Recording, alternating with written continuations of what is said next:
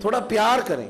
اور پھر ایک اور مسئلہ ہے, آپ جب کسی کے ساتھ میل ملاپ کرتے ہیں تو بھی جلدی ہوتی ہے, کہتے ہیں یہ فٹافٹ میری طبیعت سے سیٹ ہو جائے, جو میں کہہ رہا ہوں فٹافٹ مان جائے. بھئی ذرا ٹھہریں تو صحیح, ذرا ٹھہریں, تھوڑا ربط بڑھائیں, تھوڑا تعلق بڑھائیں, تھوڑا دیکھیں, پیار بڑھ جائے گا تو پھر بات بھی آگے بڑھی جائے گی. لیکن آپ نے تو جلدی کر دی, آپ نے 1 منٹ ہی نہیں لگایا, اور جلدی سے آپ نے سارے معاملات خود بخود ہی طے کر لیے. اطمینان, سکون, وقار, یہ آپ کو بڑا کرتا ہے. پھر اسی طرح کچھ لوگوں کو تبلیغ کرنے کی بڑی جلدی. میں نے دیکھے ہیں بہت سارے لوگ ہیں جو ایک آدھ مسجد میں, زیادہ تو میں کہیں نہیں جا پاتا رمضان میں, لیکن ایک آدھ مسجد میں تراویح پڑھنے کا موقع ملا ہے تو جو قاری صاحب تراویح پڑھا رہے ہوتے ہیں ان کو پڑھنے کوئی نہیں دیتا. اللہ جانتا ہے, اگر پیچھے 2 حافظ کھڑے ہو جائیں نا, وہ حافظ آتے ان دنوں میں, حافظ نیک لوگ ہوتے ہیں, بس سمجھانے کے لیے کہہ رہا ہوں, سمجھانے کے لیے عرض کر, حافظ ان دنوں میں آتے ہیں, وہ ان رکعتوں میں آتے ہیں جو سپارے انہیں صحیح یاد ہوتے ہیں, اور وہ آتے تراویح پڑھنے نہیں, یہ بتانے آتے ہیں کہ میں بھی حافظ ہوں. اللہ ماشاءاللہ, سب کی بات نہیں کرتا, جو ایسا کر رہے ہیں ان کی کرتا ہوں. اب وہ قاری صاحب کو چلنے نہیں دیتے. لقمہ دینے کا مزاج یہ ہونا چاہیے کہ انہوں نے اگر کہیں وہ آیت بھولے ہیں تو ان کو پیچھے جانے دے, دوبارہ سے پڑھ کے آتے ہیں.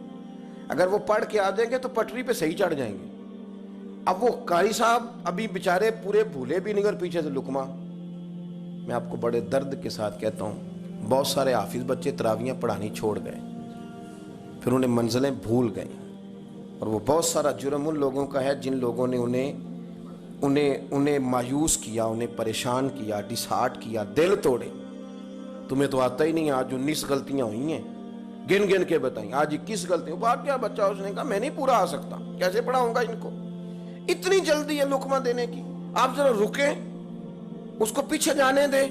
اور یہی حال امام کو لقمہ دینے کا ہے, ذرا ٹھہر جائے, غور کر لیں. یہی حال بعض لوگ تبلیغ کرتے ہیں تو ان کا بھی یہی اشر ہوتا ہے. میں آپ کو اپنی ذاتی بات بتاتا ہوں, میں خاصا میری طبیعت خراب رہنے لگی ہے, بہت سارے معاملات ہیں. ابھی 2 گولیاں کھائی ہیں میں نے وقفے سے یہاں تک پہنچنے کے لیے.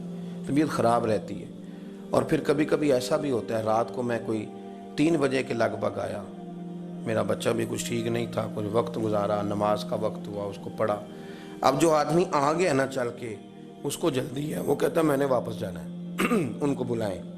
اچھا کبھی کبھی یوں بھی ہوتا ہے, مجھے بہت ساری نماز کرسی پہ پڑھنی پڑتی ہے. جو میرے قریبی دوست ہیں وہ سمجھتے ہیں کہ میری ٹانگ پوری کی پوری متاثر ہو گئی الرجی کے ساتھ, میں تکلیف میں ہوں. اب وہ ایک جگہ میں کھانا کھا رہا تھا, اب میں چونکہ بیمار ہوں, میرے زخمی ہیں دونوں پیر, تو میں نے ایک بچھائی نہیں, میں آلتی پالتی مار کے, چوکڑی مار کے تو کھانا کھانے لگا. تو ایک بندہ دوڑ کے آیا, کہنا پیر صاحب اساں تہاڈے کو دین سیکھنا ہوندا ہے, سنت دے مطابق بابو. میں کیا خدا دے بندے, تو ذرا جلدی کیتی, تھوڑا ٹھہر کے تبلیغ کرتا نا تو میں تجھے بتا ہی دیتا. میں نے پاؤں سے موزے اتارے, جرابیں اتاری, تو 2 جگہ سے خون نکلنے لگا. پھر وہ بڑا پریشان ہوا, کہنے لگا مجھ سے غلطی ہو گئی. میں نے کہا غلطی نہیں ہوئی, ذرا جلدی کر دی آپ نے, بات آپ نے ٹھیک کی لیکن کرنے میں ذرا جلدی کی. تبلیغ کا اور بھی سٹائل ہے, کسی کو بات سمجھانے کا طریقہ اور بھی ہے, کسے باشد کہہ کے بھی کام ہو سکتا. ہم ذرا جلدی کی. وہ خدا کے بندے, آپ پوچھیں تو صحیح, یقین کریں کبھی کبھی میں کرسی پہ مجھے نماز پڑھنی پڑتی ہے تو میرے آنسو نکل آتے ہیں کہ یا اللہ مہربانی فرما, یہ تکلیف ہے تو یہ ٹھیک ہو جائے. بندہ کم از کم جو ہے وہ اپنی جماعت کے ساتھ آئے. لیکن بہت سارے سنگی جلدی کرتے ہیں اور محسوس ہوتا ہے کہ جبر کر گئے, ان کو ایسا نہیں کرنا چاہیے تھا, تھوڑا غور کریں. تو میرے عزیز, لقمہ دینے میں بھی جلدی, بات بتانے میں بھی جلدی, بڑی جلدی ہے. بس مجھے پتہ چل گیا یہ بات ٹھیک نہیں. میں اکثر دوستوں سے کہتا ہوں, آ کے مسئلہ پوچھتے ہیں, کہتے ہیں ہمارے محلے کا امام یہ کام کرتا ہے. تو میں کہتا ہوں مجھے تو پورا پتہ ہی نہیں وہ کیا کرتا ہے. اب آپ جائیں گے اور جلدی نہ کریں, اس کی مجبوری بھی سمجھیں, وقت دیں چیزوں کو, ورنہ آپ خراب کر دیں گے معاملات, آپ خراب کر دیں گے معاملات کو. سنو, نماز امام کے پیچھے پڑھنی ہے تو امام کے پیچھے پڑھنی ہے, پھر اس سے آگے بڑھ کے پڑھی جا سکتی. نبی کریم علیہ السلام نے اس طرح ہمیں تنبیہ کی کہ شاید اس سے بڑی بات اور ہو ہی نہ سکے. فرمایا جو امام سے پہلے رکوع میں چلا گیا, جو امام سے پہلے سجدے میں چلا گیا, جس نے امام سے سبقت کی, صحاح ستہ کی روایت ہے, اللہ کے رسول فرماتے ہیں اس کا وجود انسان کا ہوگا لیکن چہرہ اللہ گدھے کا بنا دے گا. نہیں سخت بات ہے, لیکن ہمیں جلدی بڑی ہے. بڑی جلدی ہے، سبقت کرتے ہیں۔ امام نووی رحمۃ اللہ علیہ فرماتے ہیں کہ ایک محدث تھے، ان کے پاس لوگ حدیث پڑھتے تھے اور ان کا علم معروف تھا، پر وہ جتنی دیر پڑھاتے تھے چہرہ چھپا کے پڑھاتے تھے تو چہرہ چھپا کے پڑھاتے تھے۔ تو ایک شخص نے بڑا ان سے پڑھا، جب جانے لگا تو کہنے لگا استاد جی چہرہ ہی دکھا دیں۔ تو انہوں نے چہرہ اٹھایا تو پریشان ہو گیا، یوں لگ رہا تھا جیسے انسان کا نہیں گدھے کا چہرہ۔ تو وہ رو پڑے، کہنے لگے میں بھی روز معافیاں مانگتا ہوں، تو بھی دعا کرنا۔ یہ حدیث میں نے پڑھ لی تھی کہ امام سے سبقت نہیں کرنی چاہیے، یہ حدیث میں نے پڑھ لی تھی، لیکن میں نے سوچا کہ ابھی صحت دیکھتا ہوں، غور کرتا ہوں، کہیں شبہ ہے، تو بس مجھ سے سبقت ہو گئی۔ تو پھر اللہ تبارک و تعالیٰ نے مجھے سزا دی ہے۔ دعا کرو اللہ ہم سب کو نجات عطا فرمائے اور اللہ تعالیٰ درگزر والا معاملہ کرے۔ لیکن ہمیں بڑی جلدی ہے، اس جلدی سے ہم نے خرابی کر دی لوگوں میں۔ بڑے بڑے معاملات تھے جن کو گڑبڑ کر دیا، بڑی بڑی چیزیں تھیں یار، لوگوں نے ڈیوٹیاں کی تو جم کے کی، 50 سال تک لوگوں کی خدمتیں ہیں ایک ایک ادارے کی، لیکن اجر کا کوئی طلب ایک بار بھی سوال نہیں کہ میری اتنی نوکری ہو گئی۔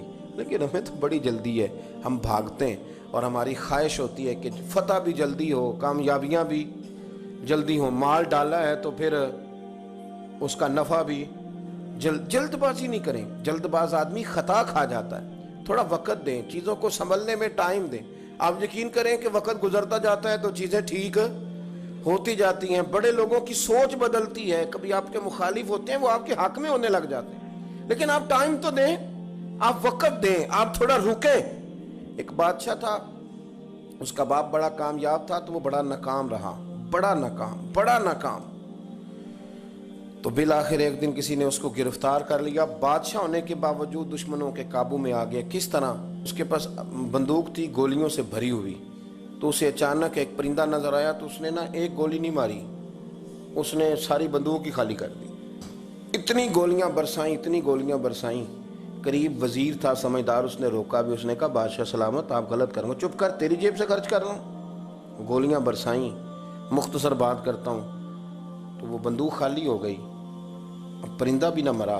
واپس نکلے تو دشمنوں نے گھیر لیا، اسلحہ پاس کوئی نہیں تھا، گرفتار ہو گیا وزیر سمیت۔ تو وزیر نے کہا کہ وہ تم مجھے روک کیوں رہے تھے؟ تو اس نے کہا بادشاہ میری جرت تو نہیں، لیکن وہ جو آپ جس کو گولیاں مار رہے تھے وہ پرندہ نہیں تھا، پرندے کا سایہ تھا، آپ نے سائے پہ ہی ساری بندوق خالی کر دی، سوچا سمجھے نہیں، اتنی جلد بازی کی آپ نے کہ پرندہ بھی نہیں سایہ تھا، آپ نے گولیاں مار دی۔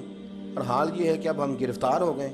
تھوڑا اگر وقت گزارتے، توقف کرتے، تھوڑا ٹھہرتے، بڑی ساری چیزیں ٹھیک ہو جاتی۔ میرے رسول کریم صلی اللہ علیہ وسلم کی آپ کبھی چیزیں کھول کے دیکھیں، وہ عثمان بن طلحہ نے فتح مکہ کے موقع پہ کہا تھا میں آپ کو چابی نہیں دوں گا، تو حضور نے فرمایا تو نہ دے، ایک وقت آئے گا میں تجھ سے لے لوں گا۔ 10 سال گزر گئے، اللہ کے نبی تھے نا، سویرے بھی سارا کچھ ٹھیک ہو سکتا تھا، پر 10 سال بیت گئے، 10 سال۔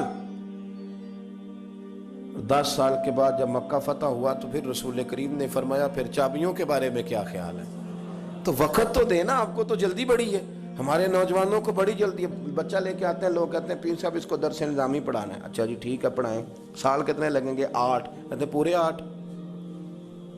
ہاں جی پورے 8 سال۔ تو میں کہتا ہوں 8 سال میں بھی یہ عالم نہیں بنے گا، میں صحیح کہہ رہا ہوں۔ درس نظامی جب بچہ پڑھ لیتا ہے تو اسے علم پڑھنے کا طریقہ آتا ہے، پھر ساری زندگی مطالعہ کرنا ہے، پھر ساری زندگی ریسرچ کرنی ہے، پھر کتابیں پڑھنی ہے، پھر محقق بننا ہے، ورنہ آپ کی تعلیم مکمل ہوگی لیکن آپ کے لفظوں میں کچھ بھی نہیں ہوگا۔ اس کے لیے آپ کو پڑھنا ہے، ساری زندگی سیکھنا ہے۔ اور میرے نبی پاک علیہ السلام نے جو ہمیں کہا تھا نا کہ ماں کی گود سے لے کر قبر کی گور تک، حضور اتنا لمبا پیریڈ دے دیا آپ نے پڑھنے کا۔ ہمارے ہاں تو جو بندہ 6 مسئلے کل سن لیتا ہے مفتی اعظم ہو جاتا ہے، مفتی اعظم۔ میں حرم شریف میں تھا تو ایک صاحب وہاں زیارتیں کراتے ہیں، بڑے دوست ہیں، تو وہ کہنے لگے پیر صاحب جو بندہ ایک عمرہ کر کے چلا جاتا ہے نا، وہ جب دوبارہ آتا ہے تو وہ مفتی اعظم بن کے آتا ہے، وہ پھر سارے لوگوں کو ٹیچ کر رہا ہوتا ہے، بتا رہا ہوتا ہے، خبردار کر رہا ہوتا ہے۔ تو کہتے ہیں ہم یہاں پکے رہتے ہیں، ہمیں بھی کوئی باتیں نہیں پتی جو وہ بتا رہا ہوتا ہے، وہ کہتا ہے ادھر سے ایسے کرنا ہے۔ اور میں آپ کو صحیح کہتا ہوں، مجھے ذرا تھوڑا سا اللہ موقع دیتا رہتا ہے حاضری کا، یہ میں نے بالکل پرکھا ہے۔ اور اگر وہ حج کر کے آ گیا تو پھر تو شیخ الحدیث ہے، پھر تو وہ کسی کو جینے ہی نہیں دے گا۔ اور اگر کوئی 2-4 کتابیں سیدھی کیونکہ سیدھا پڑھا نہیں نہ جاتا قرآن و سنت کو، کئی مشکل لفظ بھی بیچ میں آتے ہیں۔